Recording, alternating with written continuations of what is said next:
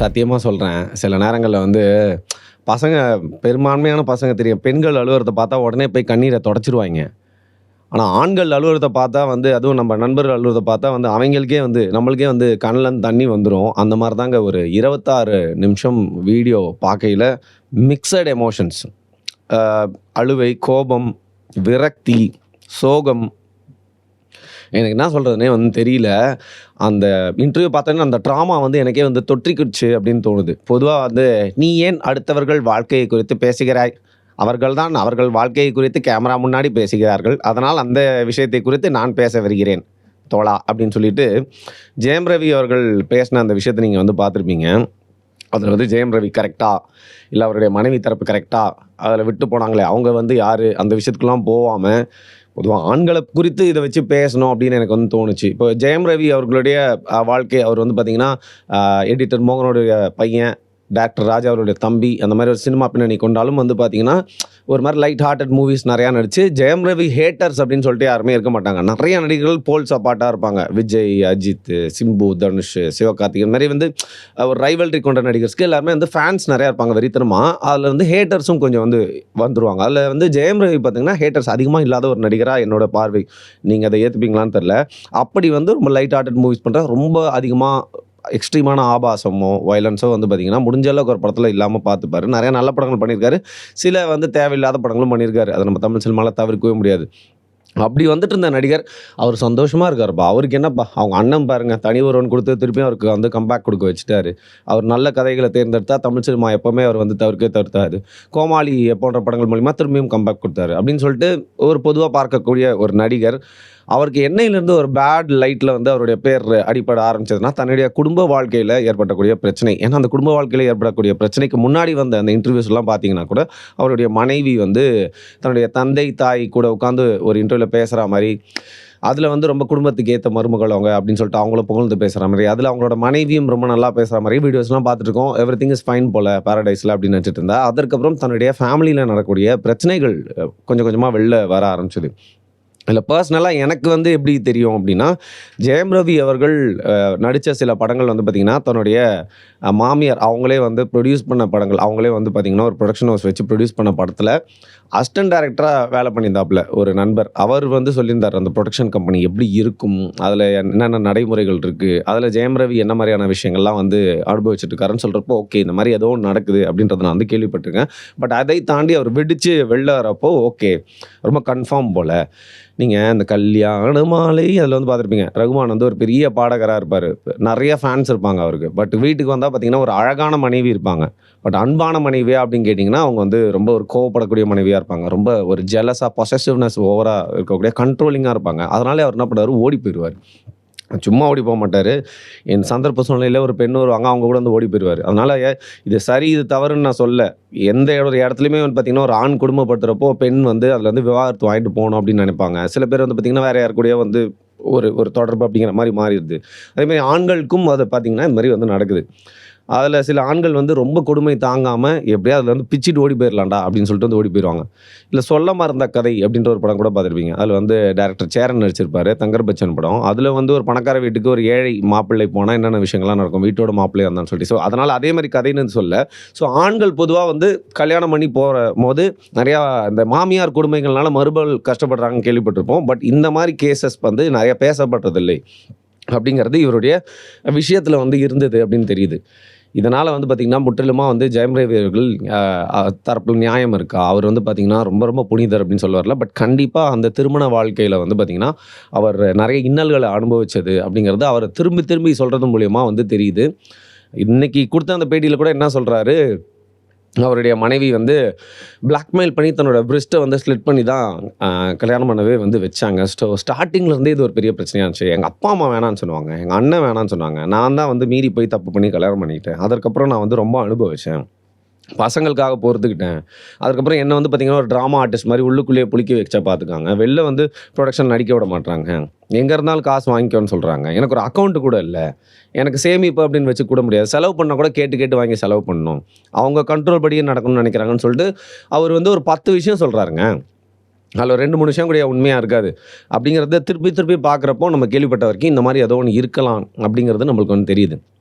ஆனா, அதுலேருந்து வந்து பார்த்தீங்கன்னா, அவர் எடுத்த அதுலேருந்து வெளில வரணும்னு எடுத்த முயற்சி வந்து பார்த்தீங்கன்னா, ஏதோ ஒரு இடத்துல வந்து சொதப்பிக்கிச்சு அப்படின்னு நெனைக்கிறேன். என்னன்னா, தெரிஞ்சோ தெரியாமலையோ குழந்தைங்களுக்கு வந்து நான் வந்து உழைச்சு போடுவேன். எப்படியாவது ஆனா இந்த பிடியிலேருந்து வெளில வந்து என் வாழ்க்கைய வாழணும்னு அவர் நெனச்சத, கொஞ்சம் எப்படியாவது போராடி அப்படியே முள்ளு மேல விழுந்த சேலைய கிழிக்காம வெளில வந்த மாரி வெளில வந்திருக்கலாம்.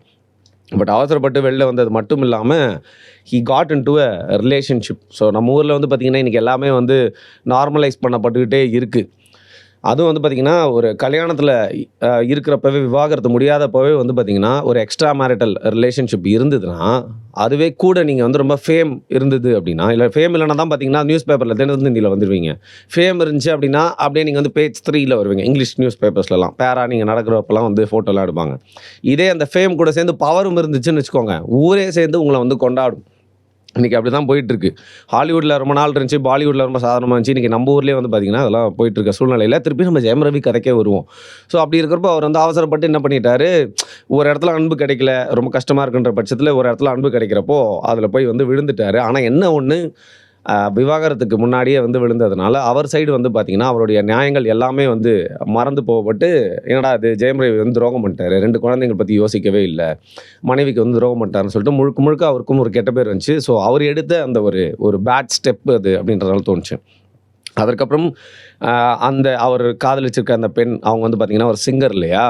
அவங்கள முழுக்க முழுக்க சைபர் புல்லியிங் பண்ணி, அது வந்து ஆர்கானிக்கா சிலது நடந்ததாகவும், சிலது வந்து உங்களோட மனைவியோட தரப்புலருந்து ஒரு நடிகையின் தூண்டுதலின் பேர்ல இன்னும் ஒரு ஒரு பிஆர் கேங்க வச்சு பார்த்தீங்கன்னா, முழுக்க முழுக்க ஜெயம் ரவியோட பேர டிமினிஷ் பண்ணணும் அப்படின்றதுக்காக தொடர்ந்து ஜெயம் ரவி மட்டும் இல்லாம, இந்த சிங்கர் அவர் லவர் இருந்தாங்கல்ல, எக்ஸ் லவர் அவங்க வந்து எங்கெல்லாம் போறாங்களோ, அந்த வீடியோஸ் எல்லாம் போயிட்டு கீழ கமெண்ட் பண்றது, அவங்கள அசிங்கமா திட்டுறது, தனித்தனியா அவங்களோட ஃபோட்டோஸ் கீழ போயிட்டு தப்பு தப்பா கமெண்ட் பண்றதுன்னு சொல்லிட்டு ரொம்ப ஆர்கனைஸ்டா வந்து சைபர் புல்லிங் நடந்ததாகவும் வந்து சொல்லப்படுறாரு.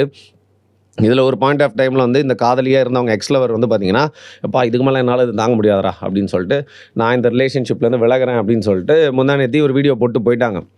அதில நம்ம ஆள் வந்து ரொம்ப மனசு டேமேஜ் ஆயிருப்பாரு போல. ரொம்ப விரக்தியா இருப்பாரு போல. வெக்ஸ் ஆயிருப்பாரு போல. ஏன்னா குடும்பத்தில வந்து தனியா வந்து வாழ்றாரு. ஏதோ வாடகை வீட்ல வாழ்ந்துட்டு இருக்கேன்னு சொல்றாரு.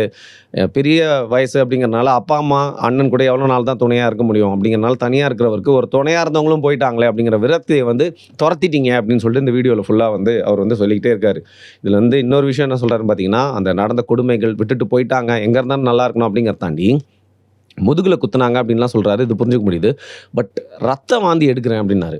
ஓகே. அவருக்கு ஏதோ உடம்பு சரியில்ல போல இருக்கு. ரத்த வாந்தி எடுக்கிறாரு. உடம்புக்கு என்னவா இருக்கும் அப்படின்னு யோசிக்கிறப்ப அடுத்த லைன்ல சொல்றாரு, பிளாக் மேஜிக் வச்சுட்டாங்க அப்படிங்கிறாரு. நம்மளுக்கு தனிப்பட்ட முறையில பிளாக் மேஜிக் மேலலாம் வந்து நம்பிக்கை இல்ல.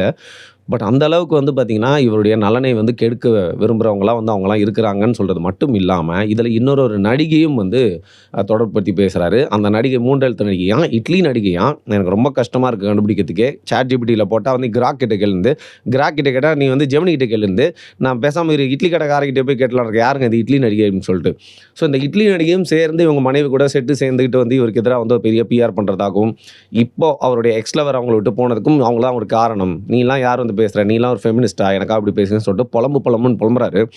அது பேசிக்கலி அத பார்க்குறப்போ அவரோட பாடி லாங்குவேஜ், அவரு என்னலாம் பண்றாரு, அவரோட முகம், கண்லேருந்து தண்ணி வந்துருச்சு ஒரு மனுஷனுக்கு. ஒருத்தவங்க வந்து கண்லேருந்து தண்ணி வந்துருச்சுனாலே அவங்க சொல்றது உண்மைன்னு சொல்லணும்னு அவசியம் இல்ல. பட் இவரு வந்து பார்த்தீங்கன்னா, முழுக்க முழுக்க he is not all right.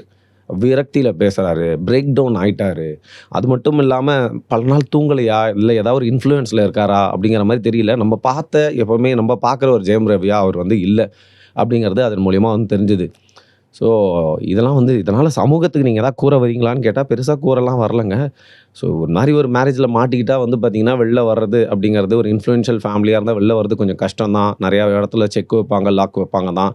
So, இவரோட கதையிலேருந்து நான் என்ன தெரிஞ்சுக்கிட்டேன்னா, முழுக்க முழுக்க கண்ட்ரோல், ஃபினான்ஷியல் கண்ட்ரோல கொண்டு போயிட்டு வந்து யாரையாவது நம்பி அவங்க மேலயே குடுத்தீங்க அப்படின்னா, இந்த மாரி வந்து கஷ்டமான சூழ்நிலையில நிக்க வேண்டி இருக்கும். ஸோ, இந்த மாரி காம்ப்ளிகேட்டட் ரிலேஷன்ஷிப்லேருந்து நம்ம வெளில வரணும் அப்படின்னா வந்து பார்த்தீங்கன்னா, அதுக்குள்ள இன்னொரு ரிலேஷன்ஷிப்குள்ள போனீங்க அப்படின்னா, அதை காரணம் காட்டியே வந்து ஏற்கனவே நம்ம ரிலேஷன்ஷிப்ல இருந்த தவறுகள வந்து பார்த்தீங்கன்னா வந்து, அத நியாயமாக்கி நம்ம பக்கமே வந்து திருப்பி விட்டுருவாங்க அப்படிங்கிறது இதன் மூலியமா வந்து தெரியுது. அதையும் தாண்டி தலைவா, இப்ப இன்னைக்கு உங்களுடைய பார்ட்னர் வந்து விட்டு போயிட்டாங்க அப்படிங்கிறனால நீங்க ரொம்ப வந்து வருத்தப்படுறீங்க. புரியுது. ஆனா ஆஸ் அன் ஆக்டர் உங்கள ரசிக்கிறதுக்கு நெறைய பேர் இருக்காங்க. அது மட்டும் இல்லாம உங்களோட நலன் விரும்பிகளும் நெறையா இருக்காங்க. அண்ட் தனிப்பட்ட முறையில ஃபீல்ட்லயும் உங்கள பத்தி கேட்டப்போ வந்து உங்களோட ஃபேமிலி லைஃப்ல நீங்க எப்படின்னு தெரியல. பட் மத்தவங்க கூட பழகுறதுக்கு ரொம்ப இனிமையானவர் அப்படின்னு தான் வந்து ஒரு ஃபர்ஸ்ட் ஹேண்ட் இன்ஃபர்மேஷனாவே நம்ம வந்து கேட்டுருக்கோம். ஸோ நீங்க வந்து யூ டிசர்வ் குட் திங்ஸ் அப்படிங்கிறனால எப்பவுமே நம்ம ஊர்ல வந்து பார்த்தீங்கன்னா, அது வந்து சட்டத்தின்படியும், சமூகத்தின்படியும் ஒரு விவாகரத்து, ஒரு வழக்கு, ஒரு பிரச்சனைனாலே எல்லாருமே பெண்கள் பக்கம் நிப்பாங்க. ஆண்கள் பக்கம் நின்னா வந்து நிக்கிற ஆம்பளைக்கும் ஒரு ஆதரவு இருக்காது. அப்படின்னாலும் ஒரு ஆணுக்கு ஆணா, ஒரு பிரதர் டூ ப்ரோவா வந்து பார்த்தீங்கன்னா, இந்த நேரத்தில உங்கள வந்து பிடிச்ச நெறைய பேர் இருக்காங்க. உங்கள பார்க்குறப்போ, உங்களோட விரக்திய பார்க்குறப்போ, உங்களோட கஷ்டத்த பார்க்குறப்போ, நம்மளும் லைஃப்ல ஏதாவது ஒரு இடத்துல அந்த மாரி ஒரு இடத்துல இருந்திருப்போம்ல. ஐ மீன் நம்மளுக்கு இன்னும் மேரேஜ் ஆகல. இருந்தாலும் சொல்றேன். அந்த மாரி ஏதோ ஒரு விரக்தியான சூழ்நிலையில இருந்திருப்போம்ல. மீண்டு வந்துட்டோம்னா, அப்பா! இது நம்ம மீண்டு வந்துட்டோம்ல, நம்பவே முடியலன்னு தோணும். அதே மாரி நீங்களும் இத விட்டு வந்து மீண்டு வரணும். ஆனா நீங்க வந்து பார்த்தீங்கன்னா, என் உயிர் போகும், என் உயிர் போகும்ன்னு சொல்லிட்டு நெறைய வாட்டி சொல்லியிருக்கீங்க. தயவுசெய்து உங்கள மாரி செலிபிரிட்டீஸ் வந்து கண்டிப்பா நீங்க ரொம்ப உடைஞ்சு போய் தான் ஒரு அழுவுறாரு ஒரு ஆண் கேமரா முன்னாடி. அந்த ஹீரோவா நடிச்சவர் அழுவுறாருன்னா, அவர் உடைஞ்சு போய் வேற வழி இல்லாம தான் அழுவுறாரு. நீங்க நெறைய இடத்துல உயிர் போயிரும்னு சொல்லியிருக்கீங்க. தயவு செய்து இது மாரி நினைக்கவும் நினைக்காதீங்க. இனிமேல் கேமரா முன்னாடி அது மாரி சொல்லவும் சொல்லாதீங்க. பொதுவா நம்மளுடைய குடும்ப வாழ்க்கை சம்மந்தப்பட்ட விஷயம் பொது வழிக்கு வந்துருச்சுன்னா, யாருக்கா இருந்தாலும் ரொம்ப வலியா தான் இருக்கும். பட் நீங்க நெறைய விஷயங்கள் பேசிட்டீங்க அப்படிங்கிறனால, அதுலருந்து சில விஷயங்கள் எடுத்து சொன்னா வந்து, உங்களுக்கும் அது வந்து போய் சேர்ந்துருச்சுன்னா, ஏதோ ஒரு ஆறுதலா நான் ஏற்கனவே சொன்னேன் ப்ரோ டூ ப்ரோவா ஒரு ஆறுதலா சப்போர்ட்டா இருக்கும். இத பார்த்துட்டு இருக்க மத்த ப்ரோஸ்க்கும் வந்து பார்த்தீங்கன்னா, ஏதோ ஒரு ஹெல்ப்ஃபுல்லா இருக்கும் அப்படின்னு நெனைக்கிறேன். எனிவேங்க, முடிஞ்ச அளவுக்கு நம்மளுடைய பிரச்சனைகள் மீடியா வெளிச்சத்துக்கு வந்தாலும், நம்ப வந்து இந்த மாரி ரியாக்ட் பண்ணிட்டோம் அப்படின்னா வந்து பார்த்தீங்கன்னா, இன்னைக்கு இருக்கக்கூடிய உலகம் அப்படிங்கிறது இரக்கத்திற்குண்டான உலகமா, எம்பதிக்கு உண்டான உலகமா, அன்புக்கு உண்டான உலகமா அப்படின்னு கேட்டா ரொம்ப கம்மி. கேலிக்கு உண்டான உலகம். இது வந்து மீம் டெம்ப்ளேட்டுகளுக்கு உண்டான உலகம். வக்கரத்துக்கு உண்டான உலகம். நீங்க சொன்ன மாரியே சைபர் புல்லிங்க்கு உண்டான உலகம். ஸோ குறிப்பா வந்து நெறைய பேர்ட்ட என்ன சொல்லணும்னு தோணுச்சுன்னா, உங்களோட கருத்துக்கள் வைங்க. ஏன்னா இன்னைக்கு கமெண்ட் செக்ஷன்ல போயிட்டு யாரும் கருத்து போடாதுன்னு சொல்ல முடியாது. பட் வைக்கக்கூடிய, பதிவிடக்கூடிய கருத்துக்கள் வந்து மத்தவங்க மனச புண்படாம, இந்த மாரி சூழ்நிலையில இருக்கவங்க போயிட்டு வந்து பார்த்தீங்கன்னா, அவங்களோட லைஃபே வந்து முடிச்சுக்கலாம் அப்படின்னு தோன்றதுல கூட நெறைய பேர் சைபர் புல்லிங் பண்ணிட்டு இருக்கீங்க. அது யாருமே யாருக்குமே எந்த தரப்புமே ஒரு ஆண் பெண்ணுக்கோ, ஒரு பெண் ஆணுக்குமோ பண்ணக்கூடாது. அதுல இந்த மாரி நெறைய பேர் இந்த மாரி செலிபிரிட்டின்றதுனால அவருடைய கூக்குரல் நம்மளுக்கு வந்து இந்த மாரி காணொலி மூலியமா பேசினா கேட்குது. பல பேர் இந்த மாரி சைபர் புல்லிங்னால வந்து பார்த்தீங்கன்னா, பாதிக்கப்பட்டுட்டு இருக்காங்க. ஸோ கொஞ்சம் கன்சிடரேட்டா இருங்க. ஏன்னா, இன்னைக்கு வந்து நம்ம அடிச்சு இன்னொருத்தன வந்து அழுவ வைக்கிறோம். அவங்க வந்து அழுவுற இடத்துல இருக்காங்க. அதே இடத்துல வந்து நம்மளையும் கடவுள் ஒரு நாள் வைப்பாரு. இல்ல காலம் ஒரு நாள் வைக்கும். அப்போ வந்து அத நீங்க புரிஞ்சுப்பீங்க. பட் உங்களுக்கு ஹெல்ப் பண்றதுக்கு யாரும் இருக்க மாட்டாங்க. நன்றி.